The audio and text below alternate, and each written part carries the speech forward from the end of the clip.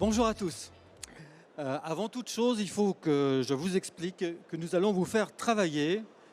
Donc on va vous demander votre avis tout au long de cette conférence pour recueillir vos avis, vos impressions. Alors, vous avez le choix entre télécharger l'application via le lien qui s'affiche à l'écran, donc http appklaxoon.com, avec le code VCEKVQS, ou tout simplement vous connecter via le QR code. Alors merci beaucoup de votre participation, ça va beaucoup nous aider, et puis ça va également vous permettre d'avoir une visibilité sur ce que vous-même pensez des sujets qui sont à l'ordre du jour. Alors précisément, nous allons parler de la transformation des supply chains. Alors on vit dans une période tout à fait incertaine avec crise, changement de mode de consommation, la guerre en Ukraine, pénurie de matières premières, crise du transport, etc. Donc les supply chains doivent s'adapter au niveau mondial. Et pour parler donc de ce sujet d'actualité, j'ai le plaisir donc d'avoir à côté de moi sur ce plateau Patrick Remord. Donc Patrick, vous êtes lead directeur de JLL France, donc JLL, cabinet bien connu dans le domaine de l'immobilier, mais pas que, puisque vous avez également un cabinet spécialisé en organisation. Oui, et conseiller en supply chain, absolument. Pascal Quérault, donc, qui est directeur de la partie supply chain, donc également en charge du cabinet conseil en organisation. Exact. Bonjour à tous. Et Laurent Livolzi, donc, qui est le directeur du Cretlog. Donc Laurent, vous êtes directeur, chercheur, enseignant, auteur de nombreux ouvrages de référence, dont le célèbre ouvrage La logistique, une affaire d'État. Tout à fait. Merci Jean-Philippe pour la présentation. Merci. Et donc, première question que nous allons vous poser via l'application. Quels éléments d'actualité pèsent le plus dans votre stratégie supply chain? Alors, il y a un certain nombre de mots qui vont apparaître sur notre écran. Donc voilà, donc, quels éléments d'actualité pèsent le plus dans votre stratégie supply chain?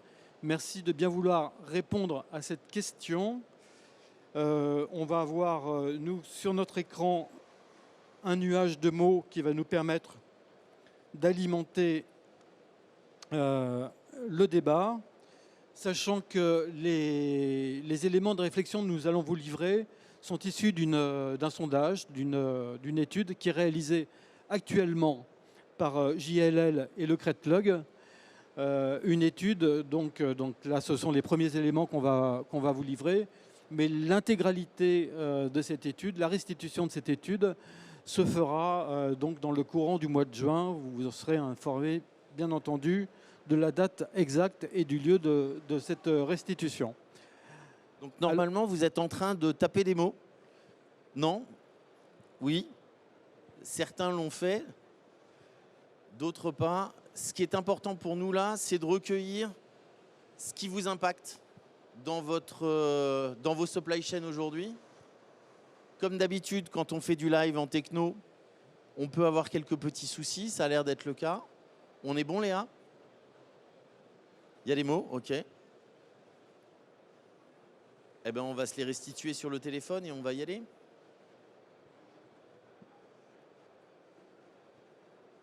Allons-y. On les voit sur le téléphone?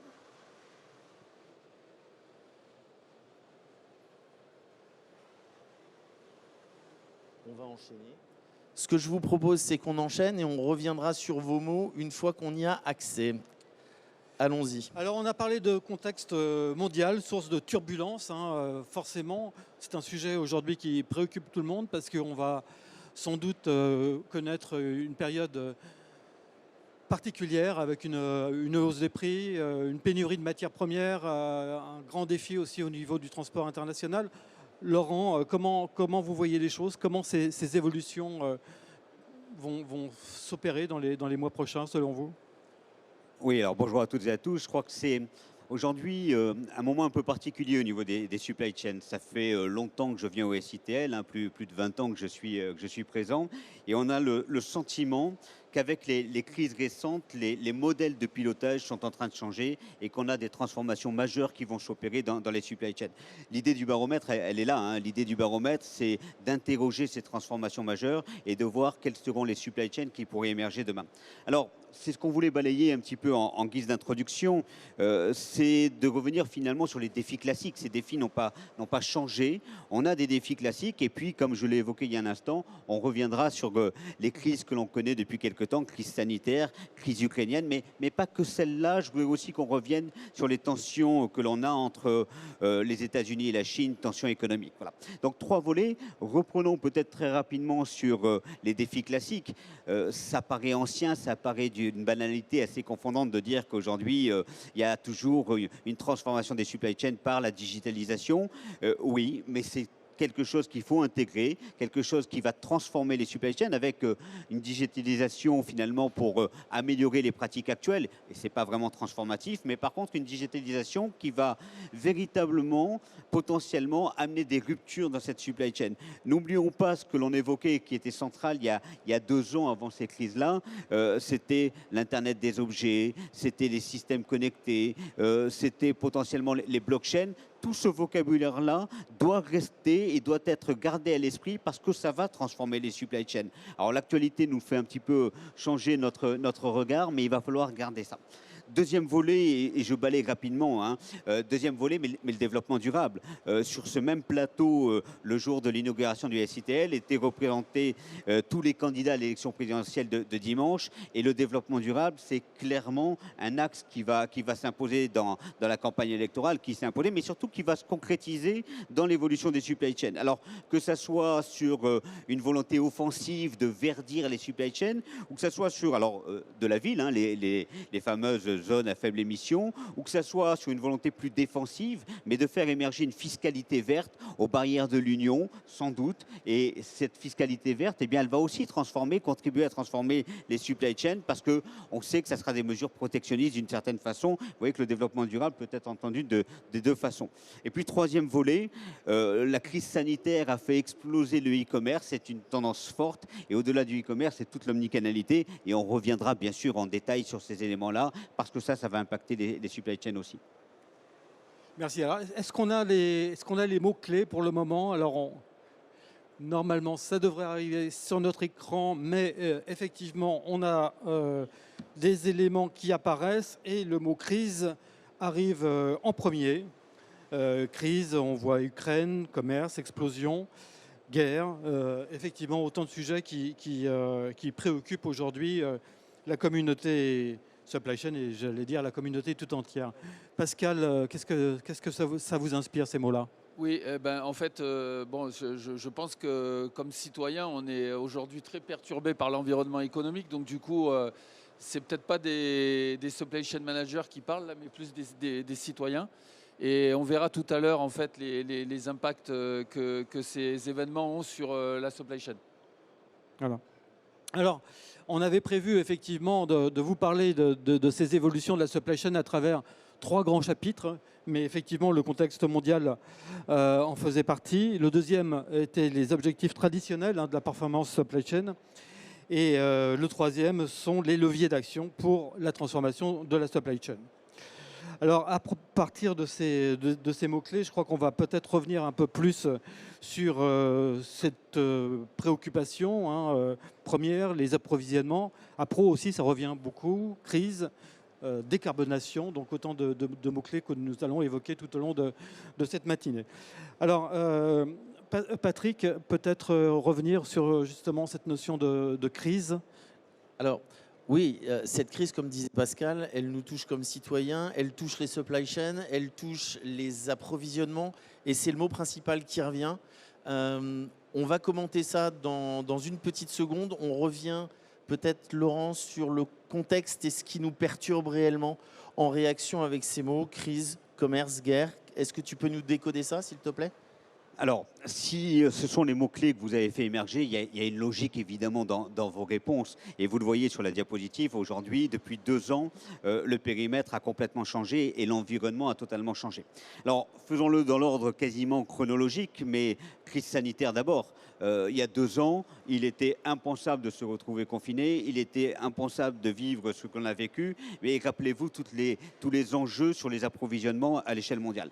Ces enjeux-là, on n'est pas sorti finalement de ces perturbations et ça a questionné tous les modèles de supply chain au niveau mondial, avec en particulier le sourcing Chine dont on a vu la dépendance et les enjeux en termes d'approvisionnement. Deuxième chose, et je voudrais le lier, bien sûr ce sourcing Chine, il s'est aussi pensé, repensé avec les tensions économiques entre les États-Unis et la Chine.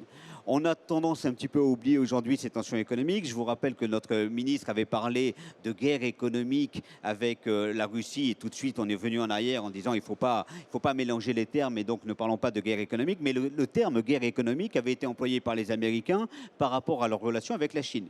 Et cette guerre économique se concrétisait depuis quelques mois par des mesures protectionnistes, des mesures douanières qui impactaient très très largement le commerce mondial et qui laissaient à penser que les trajectoires allaient être extrêmement changeantes. Pour être un observateur assez assidu de la stratégie chinoise, de la stratégie industrielle, de la stratégie logistique chinoise, il faut penser aussi au redéploiement industriel de la Chine et ce sont des conséquences que l'on étudiera sur le repositionnement des supply chains et sur le repositionnement du sourcing au niveau mondial. Et puis troisième chose, la guerre en Ukraine, elle est récente. Les chiffres aujourd'hui, l'impact est aujourd'hui très difficile à mesurer, si ce n'est qu'on l'a vu, et je peux évoluer un petit peu, on a vu tout de suite l'impact sur le prix du pétrole, tout de suite la facture énergétique qui nous touche, comme Patrick et Pascal l'ont évoqué en tant que citoyens, mais qui touche toutes nos activités. Tout le coût des importations, tout le coût du transport, tout le coût finalement de l'acheminement des produits. Nous sommes touchés par cette facture énergétique avec des enjeux d'approvisionnement. Nous sommes touchés par l'évolution du prix des matières premières. Vous avez sur une diapositive les métaux, mais bien sûr les céréales. Et on sait que les tensions inflationnistes vont être extrêmement importantes. Ces tensions inflationnistes vont fragiliser les équilibres sociaux au sein des pays et donc sans doute des tensions sociales. Les NAO avaient eu lieu au moment où la crise ukrainienne a démarré, mais attention aux NAO fin 2022 et donc sans doute là aussi des perturbations sur la consommation. Et puis un autre élément qu'il faut avoir à l'esprit, c'est la parité euro-dollar parce que la particularité de cette crise, c'est d'être asymétrique. L'Europe est particulièrement touchée au-delà de la guerre sur son territoire, mais particulièrement touchée par l'impact économique. Ce n'est pas le cas des États-Unis. Donc on a véritablement une asymétrie de crise et cette asymétrie de crise va avoir des conséquences sur les business au niveau des entreprises européennes. Et attention, les moyens d'action par rapport à l'inflation ne seront pas les mêmes entre la Fédérale Réserve et la Banque européenne. Et ça, il faudra être très vigilant parce que c'est toute la dynamique économique qui va être impactée. Merci. Alors Pascal, quelles conséquences Alors, Laurent parlait du taux de change. On voit dans les entreprises que de plus en plus on change les termes de vente, surtout avec le développement du e-commerce, et on essaie de vendre ce qu'on appelle DAP, c'est-à-dire qu'on vend le produit avec les coûts de transport associés. On échangeait avec un de nos clients récemment. Le passage en DAP en fait, de ces expéditions a eu des conséquences très importantes pour lui avec l'évolution des taux de change en termes de renchérissement de ses coûts de transport par rapport à la valeur de ses produits. Donc là, les entreprises subissent complètement puisqu'elles ne peuvent pas mettre en place des incoterms et revenir après quelques mois après des événements comme ça en redisant à leurs clients c'est plus les mêmes... c'est plus les mêmes règles, on change les incoterms. Donc ça a vraiment des impacts directs sur les entreprises. Est-ce que ça peut avoir à terme aussi des impacts sur les implantations des usines? Et puis peut-être, est-ce que ça peut entraîner un mouvement de réindustrialisation? Est-ce qu'on peut s'attendre à ça, Patrick? Oui, je pense, et on va en parler tout à l'heure. On a quelques supports à vous montrer sur le sujet. Quand il y a ces tensions-là, on a beaucoup tendu nos supply chains dans le passé. Et aujourd'hui, on est obligé de les détendre et on est obligé de se recréer des points de découplement différents. En fait, on le verra, mais un des principaux impacts, c'est où est-ce que je relocalise mon stock et comment je diversifie mes stratégies achats. Encore faut-il, Laurent, qu'on puisse transporter. Ça, c'est aujourd'hui un vrai enjeu et un vrai sujet. Effectivement, avant de parler de relocalisation, c'est le questionnement sur la capacité à transporter, ce que vient d'évoquer Patrick. Vous avez sur l'écran l'effondrement du trafic aérien depuis la crise ukrainienne. Vous avez également, il y avait une conférence ce matin, je fais un clin d'œil à cette conférence et en particulier à Denis Schumer de la UTF qui évoquait les difficultés pour tous les chargeurs aujourd'hui à maîtriser leurs coûts sur un transport maritime qui a flambé depuis quelques mois et qui a flambé, mais Patrick et Pascal en reparleront dans quelques instants, au-delà du coût de ce transport maritime, au-delà de l'impact sur la capacité à répercuter sur le consommateur, il y a aussi des enjeux sur la visibilité, sur le lead time et le maintien de ces lead time, et ça Pascal l'évoquera, ce sont de véritables enjeux. Donc aujourd'hui, on a des difficultés à transporter, sortir des ports chinois, arriver dans les temps sur les ports européens, on a des difficultés à trouver des nouvelles routes aériennes depuis la crise ukrainienne. Vous le savez que les espaces aériens ont été fermés. Et puis on a aussi notre difficulté, ne l'oublions pas, mais les fameuses routes de la soie dont on parle beaucoup, je reviens à la Chine, ces fameuses routes de la soie ferroviaires, terrestres, aujourd'hui elles sont totalement fermées. Totalement fermées parce que l'Ukraine, c'était la porte d'entrée de l'Europe, la Biélorussie qui est engagée aux côtés de la Russie, c'était la porte d'entrée, et puis vous le savez, l'embargo que l'on a avec la Russie.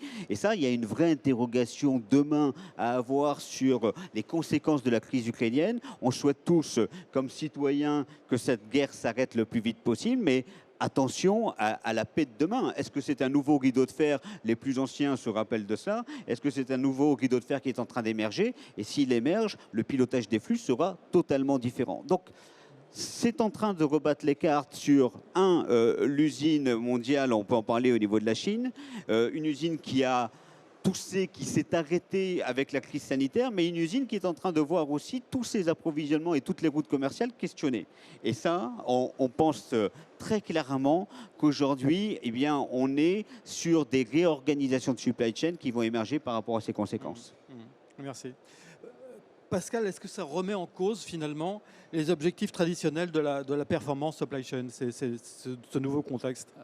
Alors, en fait, il y a fondamentalement, les entreprises continuent à suivre les indicateurs traditionnels que sont les coûts, les niveaux de service et le délai. Ça reste des indicateurs fondamentaux que tout le monde suit. Après, ce qu'on voit, c'est qu'à ces indicateurs s'ajoutent d'autres types d'indicateurs qui sont plus ni économiques ni délais, mais des indicateurs plutôt liés à l'organisation et en particulier liés aux changements liés à l'organisation. Donc, parmi ces indicateurs, il y a bien sûr la capacité que les entreprises doivent avoir à être résilientes par rapport à leur environnement. Et ça, ça engendre des bouleversements assez spectaculaires parce que la résilience, elle passe par un changement complet des réflexes qui étaient les réflexes des entreprises. Ça passe par exemple sur les processus achats, à se poser la question, vous savez tous que dans les achats, on a aujourd'hui des achats de rang 1, des achats de rang 2, des achats de rang 3. Et en fait, on voit que de plus en plus, les industriels les plus performants qui arrivent à sécuriser leurs fournisseurs de rang 1 ont des problèmes avec des fournisseurs de rang 2 et de rang 3 qui vont fournir des pièces mineures, mais qui au global vont bloquer les approvisionnements. Donc cette résilience-là, par exemple dans le cas des achats, elle passe par la capacité qu'on a à définir des processus d'achat complexes qui permettent d'analyser les risques chez les fournisseurs et leur capacité à être résilients par rapport à ces risques et à mettre des plans de contingence en place pour pouvoir apporter des solutions en cas de blocage. Et dernière chose, on a parlé aussi bien sûr en termes d'organisation de la capacité des entreprises à travailler leur réactivité, leur flexibilité et leur agilité. Laurent et Patrick ont pris des exemples. Quand on a en ce moment en maritime, on parlait de l'encombrement des ports en Chine. Quand on a des délais aujourd'hui de 3-4 mois pour acheminer les marchandises en maritime avec je ne sais pas si vous connaissez le terme, un rollover, c'est-à-dire des attentes sur les ports chinois de l'ordre de 3 à 4 semaines, on est passé sur des délais d'approvisionnement qui étaient de 3-4 semaines à des délais d'approvisionnement qui ont doublé. Donc ça a une conséquence directe sur les niveaux des stocks des entreprises. Et là, vous voyez, on va faire le parallèle avec les indicateurs classiques de la supply chain. comment on peut continuer à suivre les mêmes référentiels de coûts quand, par exemple, les coûts de possession des stocks vont doubler. Ça engendre des vraies mutations et une philosophie complètement différente des entreprises. Et bien sûr, les entreprises vont favoriser avant tout la réactivité, la pérennité de leur business. Donc, elles vont raisonner par rapport aux ruptures, à des choses comme ça. Et donc, matériellement, elles vont augmenter le coût. Pascal, si je peux me permettre de rebondir sur ce que tu disais, sur la résilience. Une chose qui a changé et que nos clients nous demandent aujourd'hui, tu parlais de plan de continuité d'activité. Jusqu'à présent, les plans de continuité d'activité, ils étaient souvent très théoriques et ils étaient peu testés. Le premier lockdown, le premier confinement a montré qu'en fait, des entrepôts pouvaient tomber, des usines pouvaient s'arrêter. Et ça a tout changé. Et aujourd'hui, les plans de continuité d'activité qu'on nous demande, que nos clients nous demandent, doivent être opérationnels. Et on est en train de revoir des choses qu'on n'avait pas connues, qui est je veux doubler mes stocks. Je veux être capable de réagir. Alors, on a tous en tête l'exemple de ce géant du e-commerce, Amazon pour ne pas le citer, qui a eu ses entrepôts fermés en France pendant le premier confinement, mais qui a continué de livrer ses clients parce qu'il était prêt. Parce que la résilience chez eux, c'est une duplication des stocks sur plein de sites. Et à partir de sites européens, eh ben, ils ont livré les consommateurs français. Et ça, peu de nos entreprises aujourd'hui sont capables de le faire. Alors parmi les mots-clés qui apparaissent aussi sur l'écran, il y en a un qui n'apparaît pas et qui me paraît très important aussi, c'est la visibilité. Alors c'est un mot qu'on entend beaucoup sur le salon, depuis l'ouverture du salon. Voilà, je crois que c'est quelque chose... C'est une exigence de plus en plus prégnante de la part des industriels qui savent bien que les aléas, de toute façon, on ne pourra pas les éviter. Les retards, on ne pourra pas les éviter. Mais par contre, avoir une information sur ce qui se passe sur l'ensemble de la chaîne, avoir l'information, pouvoir dire à son client « mon conteneur, il va arriver en retard, mais il arrivera tel jour, à telle heure », c'est quand même quelque chose d'important. Et voilà. Tout à fait. Et c'est là que les choses sont en train de changer. Et finalement, ces crises vont faire évoluer les supply chains positivement. Je vais rebondir sur ce que tu disais, Jean-Philippe. On parle effectivement de volonté d'avoir une meilleure traçabilité. Vous savez, il y a encore quelques années, quand on parlait de projet ULT, on parlait de mettre des étiquettes RFID et on proposait ça à des clients. Les clients, ils nous laissaient leur présenter les solutions et au final, ils faisaient un calcul économique et ils disaient « les étiquettes coûtent trop cher ». Et ce matin, avec Patrick, on était c'est une entreprise qui est une start-up de la food tech. Et ils nous montraient en fait leur business model. Et leur business model est axé sur une traçabilité totale. C'est-à-dire que 100% des produits sont tagués avec une puce RFID. Donc, bien sûr, c'est un coût. Mais ce que nous expliquait l'actionnaire, c'est que ce coût-là, il était largement compensé par les économies qu'il faisait par rapport à la perte des produits, puisque c'est des produits bien sûr périssables, et d'autre part par la capacité à générer de la vente de façon directe, en temps réel, en fonction de la consommation. Donc ça, c'est un vrai exemple concret du changement d'approche. C'est-à-dire qu'on a passé le stade économique et on est sur se dire comment on va continuer à faire du business de façon efficace. Voilà. Pour compléter peut-être ce que vient de dire Pascal, les récentes crises alimentaires là, ces derniers jours montrent l'importance de la traçabilité et on revient finalement à des basiques. On a besoin de tracer, on a besoin de rappeler des produits et on a vu dans ces quelques crises qui viennent d'intervenir que finalement alors qu'on pensait que c'était évident et que cette traçabilité était effective, c'est pas le cas. C'est pas le cas. Et ces dernières années, il y a eu des arbitrages, comme tu le soulignais, qui ont été faits et on n'a pas investi dans ces outils qui ne transforment pas finalement nos activités, mais qui permettent d'améliorer la réalisation de ces activités. Voilà. Donc ça, on a besoin, et ce que disait Jean-Philippe sur la visibilité, dans un contexte de crise, c'est essentiel d'être capable de tracer. Et puis le véritable enjeu, ça va être ensuite de prévoir le marché de demain. C'est pas de la visibilité, mais c'est les fameuses forecasts, prévisions des ventes. Et là, on est dans des environnements très turbulents. C'est extrêmement compliqué. Alors rapidement, on peut peut-être faire un focus par grand secteur d'activité. Oui, alors sans détailler tous les secteurs d'activité, on voulait prendre quelques exemples de ces changements aujourd'hui dans les entreprises. Le dernier, vous avez vu, indicateur, c'était développement durable. Et je voudrais rebondir par rapport à ça avec un exemple qui est celui de McDo, qui est un de nos clients. Donc là aussi, je vais vous montrer un exemple vraiment de changement de comportement des entreprises. Il y a quelques années, quand on parlait de développement durable, on nous demandait de proposer des solutions, mais quand on mettait en avant ces solutions, on nous demandait de les chiffrer, de regarder quels étaient l'impact de pratiques plus vertueuses en termes de développement durable. Et très souvent, même s'il y avait un attrait pour ces solutions, finalement, les choix d'organisation qui étaient faits étaient sur la base de critères purement économiques. Aujourd'hui, c'est en train de changer. C'est en train de changer parce qu'en fait, c'est l'environnement qui nous pousse. Je prends cet exemple de McDonald's. McDonald's en Angleterre, vous savez tous qu'en Angleterre, dans le centre de Londres, il y a eu la mise en place de ce qu'on appelle les zones ultra low emission. Donc, c'est des zones sur lesquelles, en fait, qui sont en accès très, très limité. Et donc, on a dû retravailler complètement sur les schémas de transport et mesurer, bien sûr, l'impact économique que ça avait pour pouvoir être capable de livrer les McDo dans le centre de Londres. Donc, vous voyez, on s'est retrouvé par le biais de l'environnement, obligé de faire des changements comme ça. Alors, deuxième exemple, toujours avec McDonald's. 2 ans après, on a été sollicité par les mêmes en Angleterre sur une autre problématique qui faisait suite en fait au Brexit. Le Brexit, vous avez tous entendu aux informations, a eu une conséquence qui était assez imprévisible par le citoyen lambda. Ça a été l'absence de chauffeurs. Et parce qu'en fait, on a tous découvert que l'Angleterre travaillait beaucoup avec des chauffeurs étrangers qui n'avaient pas de permis de travail.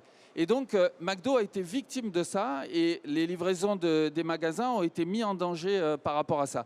Et donc, en fait, McDo nous a demandé de travailler sur des nouveaux schémas d'organisation avec des plateformes de centralisation. Patrick, prenez l'exemple d'Amazon, pour pouvoir sécuriser les livraisons de leurs magasins avec, comme le fait Amazon, des centres en fait, qui étaient capables de prendre le relais en cas de blocage d'un centre parce que problématique de chauffeurs ou de manutentionnaires dans les entrepôts. Alors, oui. On va peut-être passer au chapitre suivant parce que le temps passe.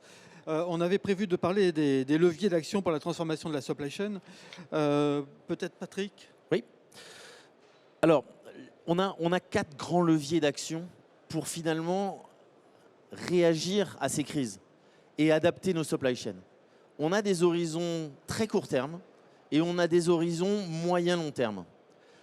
À très court terme, les premiers réflexes, ça a été de varier les sources d'approvisionnement. Quand vous avez une usine qui s'arrête en Chine, vous n'avez juste pas le choix. Il faut vous adapter. Quand vous avez des semi-conducteurs qui n'arrivent pas, quand vous avez des matières premières où vous n'avez plus de visibilité, vous êtes obligé de réagir. Et finalement, les premières actions qui ont été menées, c'est vraiment autour de la stratégie achat, du sourcing, varier les sourcings, organiser des redondances, travailler bien sûr sur le coût d'achat et accepter des augmentations de coûts. Parce que ça a été la vraie conséquence. On en parlait tout à l'heure également, une vraie conséquence sur le stock des matières premières, sur les stocks des semi-fines. Ensuite, si on est un peu plus long terme, c'est la stratégie industrielle. On parle beaucoup de relocalisation, on parle beaucoup de réindustrialisation de la France. Alors chez JLL, on a la chance d'avoir un recul mondial et un prisme mondial. Autant cette relocalisation, on la voit aux États-Unis, et tu parlais d'une crise asymétrique. Aux États-Unis, aujourd'hui, on voit les usines revenir sur le territoire américain et nos collègues ont énormément de projets d'usines, de nouvelles usines qui reviennent sur le territoire. Et on voit une notion de région qui se recrée. Une région Amérique sur laquelle on veut produire. En Europe, on le voit, mais on le voit plutôt en Europe de l'Est. On le voyait en Europe de l'Est.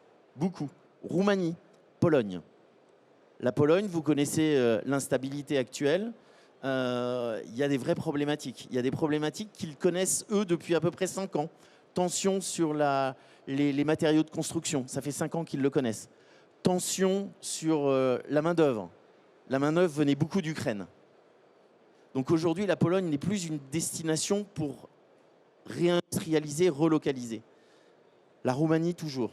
En France, on voit des projets d'usines comme jamais, mais sur la nouvelle industrie, sur l'industrie 4.0. En France, aujourd'hui, on n'accueille pas d'anciennes usines. Elles ne se réinstallent pas chez nous. Elles se réinstallent en périphérie. Elles se réinstallent aussi au Maroc, notamment à Tanger, notamment à Kénitra, dans des zones franches. Donc, ce mouvement, on le voit, on n'en bénéficie pas forcément, mais on rapproche les capacités de production au plus proche des consommateurs. Donc, la stratégie industrielle, oui. Et là-dessus se pose une question qui nous touche beaucoup chez JLL, qui est finalement celle du foncier. Parce que vous ne pouvez pas localiser une usine sans foncier. Ce n'est pas possible. Et donc, d'un côté, on a le zéro artificialisation nette qu'on comprend et qui est important pour le climat. C'est essentiel. Mais en même temps, on a intrinsèquement besoin, nos supply chains ont besoin de mètres carrés pour poser des usines et pour poser des entrepôts. Sans entrepôt, pas d'usine. Sans usine, pas d'entrepôt. Tout ça est extrêmement lié.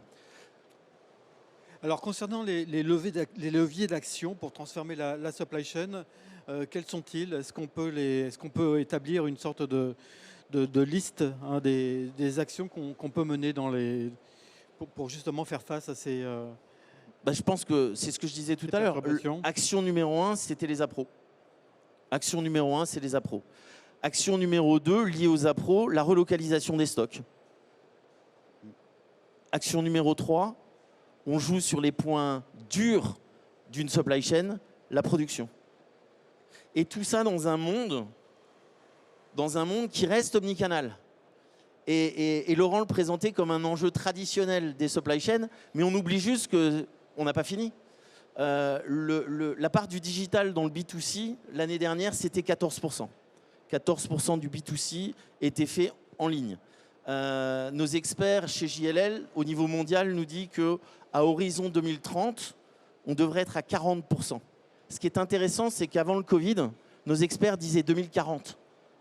On a gagné 10 ans dans la transformation des modes de consommation avec le Covid. 10 ans. Et cette transformation, elle n'est pas finie. Elle n'est pas finie. Et encore une fois, on a ce problème de matérialisation de ces transformations parce que quand vous déployez vos stocks différemment, quand vous les déployez au plus proche des consommateurs pour être toujours plus réactifs, eh ben, vous avez besoin d'entrepôts. Pour rebondir sur ce que vient de dire Patrick, je crois que toute crise appelle des réponses spécifiques, un apprentissage et des réponses spécifiques.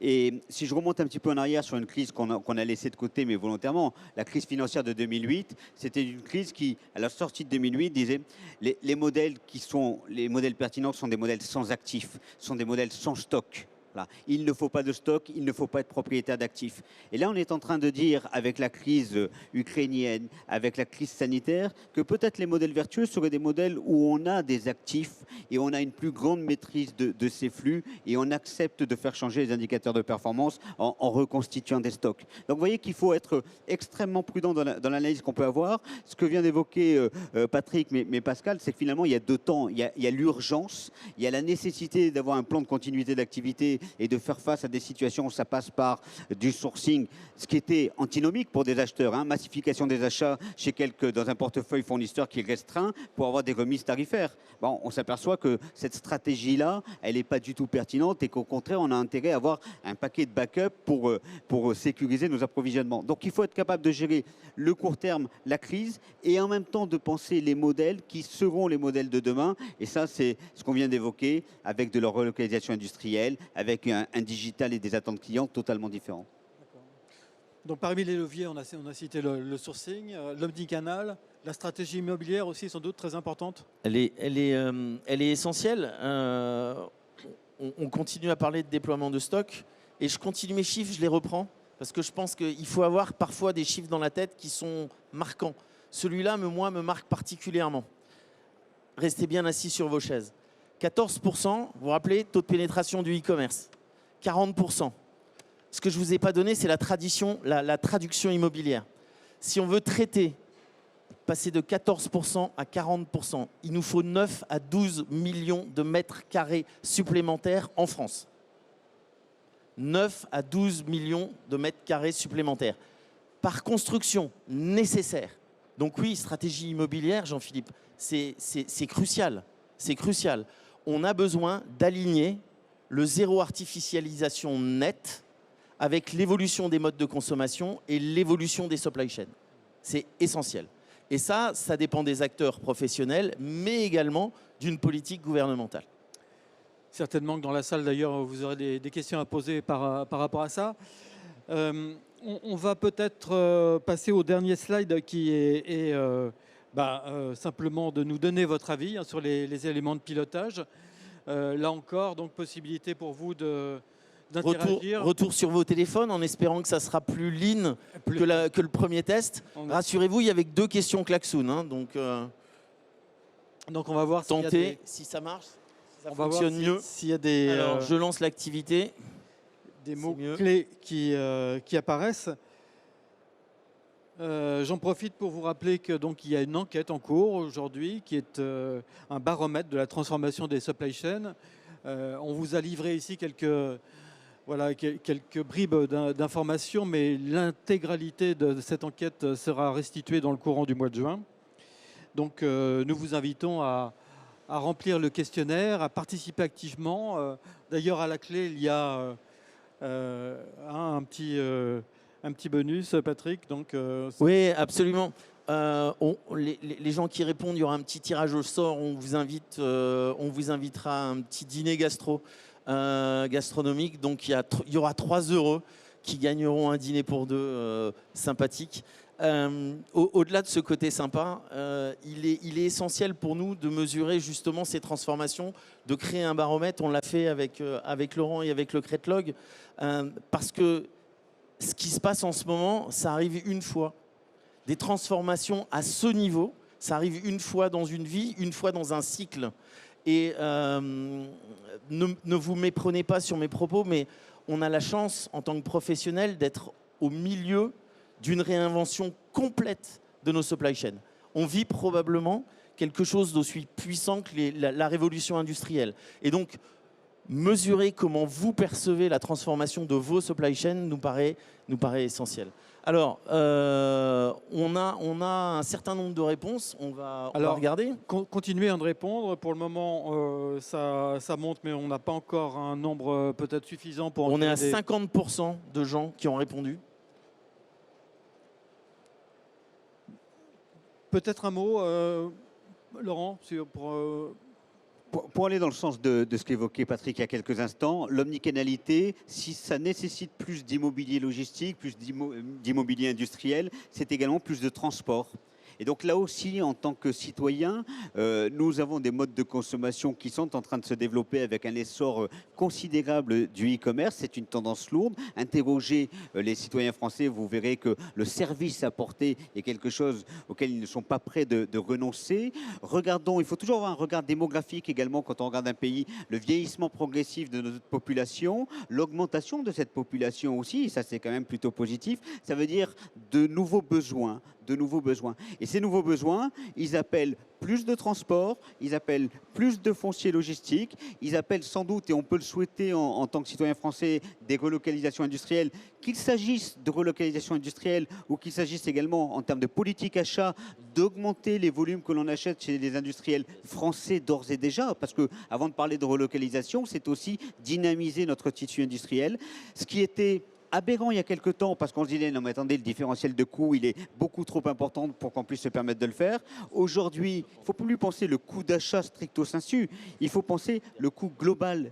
Et quand on repense le coût global et quand on regarde le coût du transport, le manque de visibilité sur les délais, eh bien, c'est avec ces nouveaux regards-là que les supply chains vont se transformer. C'est ce qu'on veut étudier, c'est ce qu'on veut voir. Et attention, l'ampleur des chocs que l'on est en train de vivre sont des chocs qui ne vont pas mettre 10 ans pour se concrétiser. Ça va aller relativement vite. Voilà, ça va aller relativement vite. Il y a un vrai message politique, on est dans un contexte qui s'y prête, mais il y a une vraie prise de conscience politique à avoir pour favoriser justement cette dynamique au niveau national, pour favoriser ces réimplantations industrielles, logistiques, et faire en sorte qu'on soit un territoire attractif. Voilà, véritablement attractif. C'est un enjeu de compétitivité pour la France et pour nos territoires. Merci Laurent. On va vous donner les 3 éléments de pilotage qui, selon vous, sont les plus susceptibles d'évoluer. Le premier élément, c'est la digitalisation, 59% des répondants. Le deuxième élément, c'est le développement durable, 50%. Et le troisième élément, c'est le dernier kilomètre avec 38%. Donc on voit quand même qu'arrive en premier la digitalisation, ce qui est tout à fait normal, mais le développement durable aussi, qui est une composante qui est essentielle et qui va certainement dans les prochaines années être déterminante dans l'organisation des flux au niveau international. Peut-être un commentaire, Patrick ? Oui, de mon point de vue, ça montre que vous êtes préoccupé par la transformation qui s'est lancée depuis 5 ans, 6 ans, cette transformation, cette omnicanalité, et que vous êtes focus sur ce sujet-là encore. Les sujets brûlants d'actualité, comme la hausse des matières premières, etc., arrivent juste derrière. Vous êtes 30%, 27%, 25% à nous dire que finalement, vous comprenez que cette crise, elle est temporaire. C'est ce que vous nous dites. Vous nous dites également que sur des relocalisations d'usines, etc., vous êtes 22% à nous dire ça va venir. Mais ce que je comprends, c'est que le terme n'est pas immédiat et qu'aujourd'hui, le focus des opérationnels reste sur la digitalisation, et ça c'est pour nous une très très bonne nouvelle, reste sur le développement durable. Et tu le rappelais Laurent, on dit souvent que l'immobilier c'est 40% des émissions des gaz à effet de serre dans le monde, et on dit derrière que le transport est à 30%. Et finalement, nous en supply, on se pose là. On est malheureusement de forts contributeurs, donc c'est plutôt une bonne nouvelle que tout le monde se saisisse du sujet. Je crois que quand on regarde ce qui émerge effectivement au niveau de vos réponses, ça va être la capacité à articuler tous ces enjeux. Parce qu'ils ne s'opposent pas entre eux. Et c'est ça la nouveauté. On pouvait séquencer, on pouvait hiérarchiser, mais en fait, il va falloir combiner tous ces enjeux. Des enjeux de digitalisation, des enjeux de développement durable, des enjeux de crise sanitaire, des enjeux de tension géopolitique, et qu'il va falloir faire face à tout ça. Voilà. Ça, c'est une vraie complexité aujourd'hui. On le voit sur la diapositive, sur ce qui apparaît. Ce fameux monde VUCAD qu'on avait exprimé dès les années 80, eh bien, en fait, on est vraiment dans une hyper-complexité et qu'il va falloir articuler tous ces enjeux pour trouver des solutions à l'échelle des entreprises, à l'échelle des pays et bien sûr à l'échelle des citoyens dans leur mode de consommation aussi. C'est-à-dire que tout ça n'est pas incompatible et tout ça doit être articulé. Résultat pour des courses, pour ce qui nous intéresse nous, c'est qu'on est persuadé que les supply chains vont vraiment se transformer en profondeur, que les indicateurs d'évaluation vont se transformer et qui vont appeler une autre lecture et qu'il va falloir avoir une vraie culture générale finalement pour piloter ces flux au-delà d'une urgence à gérer, qu'il va falloir penser la globalité des enjeux et la capacité à articuler ces enjeux-là. Patrick l'évoquait, je suis aussi enseignant-chercheur, ça veut dire qu'on forme des étudiants et qu'il va falloir les former à cette vision transversale et à la globalité de leur action. Parce que former des acheteurs, former des gens du marketing, former des gens de la logistique, aujourd'hui, les réponses seront sans doute trop parcellaires et qu'il va falloir penser la complexité, le dialogue au niveau des étudiants, mais au niveau des entreprises surtout, et un dialogue renforcé également entre le financier, le supply chain manager, entre le politique et l'économique. Et donc, on va avoir besoin de ce dialogue permanent dans les entreprises et entre les entreprises. Juste un dernier mot. Ce matin, la conférence à laquelle j'ai assisté quand même montre qu'il ne faut pas être naïf. Les logiques de captation de valeur dans les chaînes existent, qu'elles vont toujours exister. Mais attention aussi au retour de bâton par rapport à ces effets de captation de valeur. Ce matin, les compagnies maritimes étaient largement critiquées. Aujourd'hui, vous avez des compagnies qui sont dominantes. Mais attention aux nouveaux entrants sur ces marchés, des compagnies chinoises et d'autres compagnies. Et les règles du jeu peuvent être largement perturbées aussi dans ces secteurs-là sur les prochaines années. Merci. Avez-vous des questions à poser ou des réflexions hein, qui pourraient venir à la suite des présentations que nous venons d'entendre? Je regarde si des mains se lèvent. Il y a une main se lève. Peut-être que quelqu'un peut vous apporter un micro. Oui, voilà, un micro qui arrive. Ici.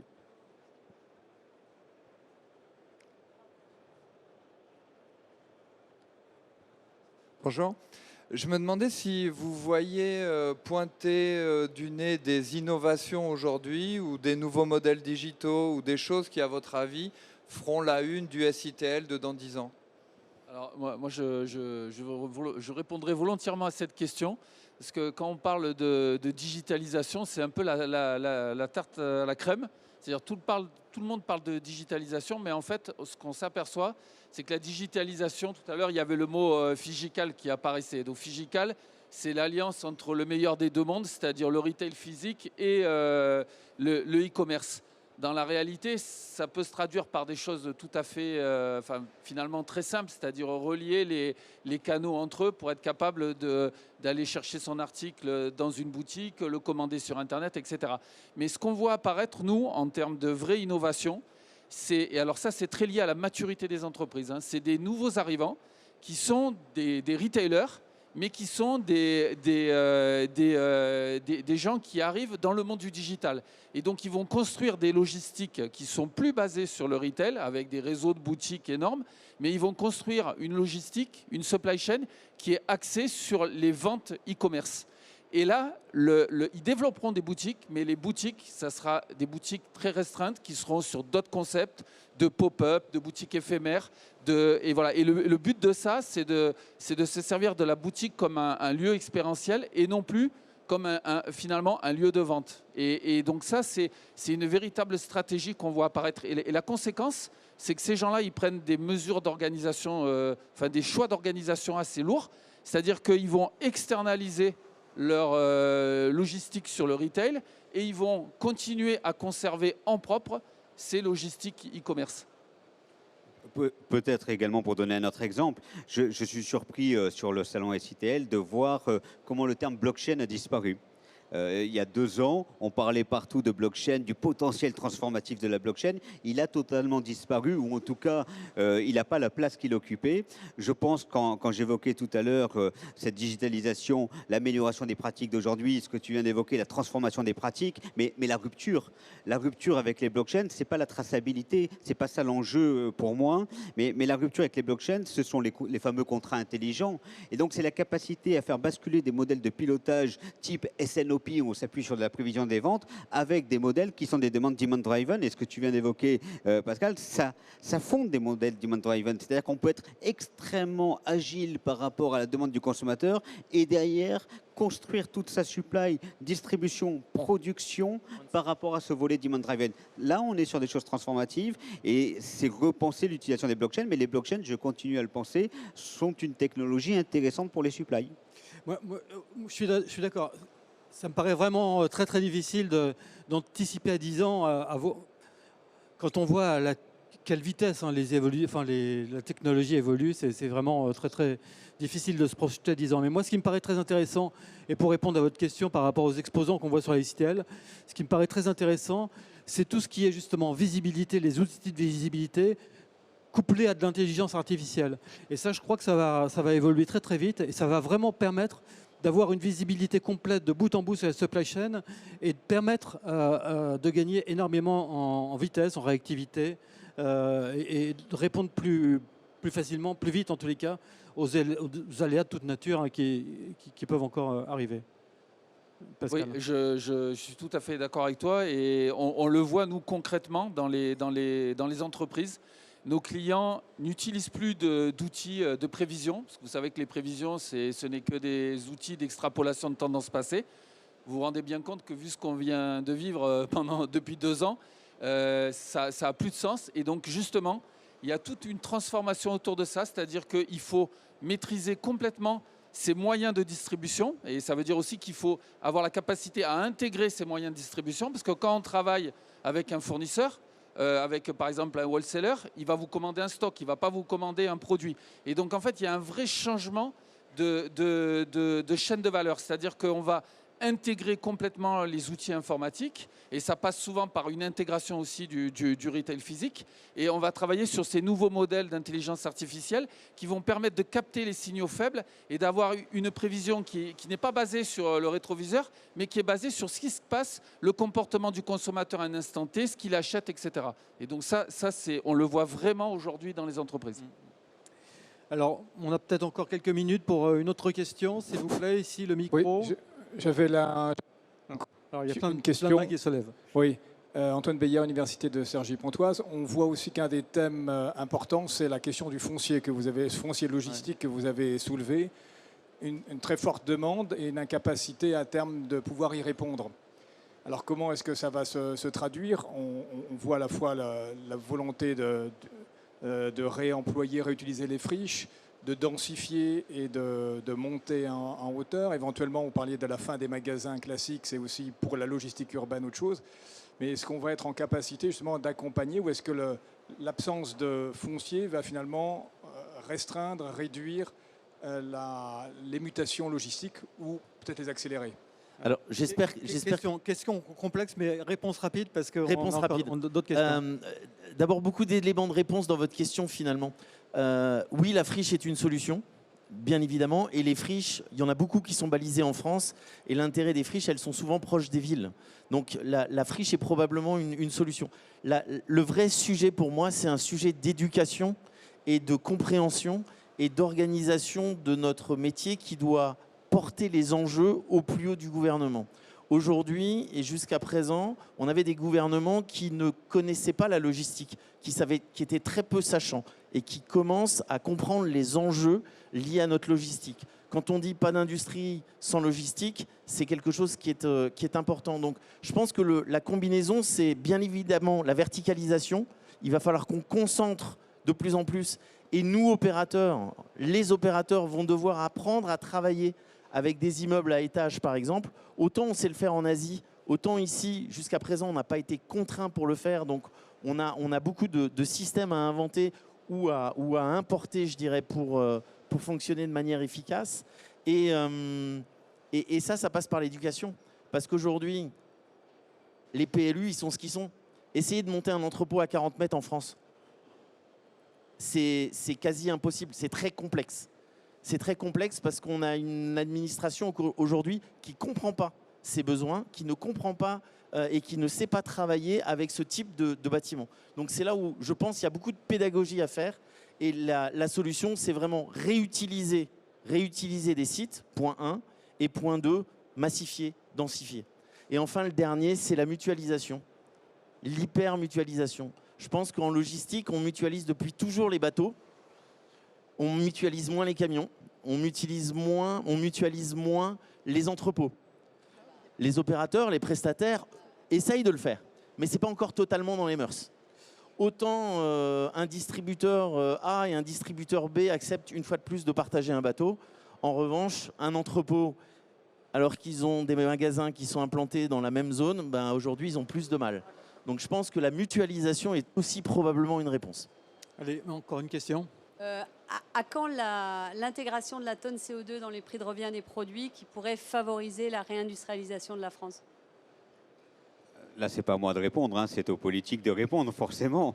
Mais ce que j'ai entendu, ce que vous avez sans doute entendu dans les programmes des candidats et ce qu'on a entendu à nouveau dans la conférence inaugurale du SITL, c'est que cette question, elle était posée. Elle était posée. Et une nouvelle fois, il y a deux façons de concevoir l'environnement. Il y a une façon proactive, avec des convictions, avec l'envie d'aller loin.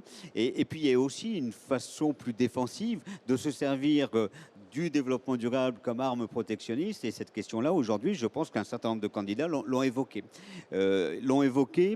Et ça peut avoir du sens, bien entendu, que d'avoir une fiscalité verte aux frontières de l'Union. Alors attention derrière, il faut d'abord que ça soit fait aux frontières de l'Union.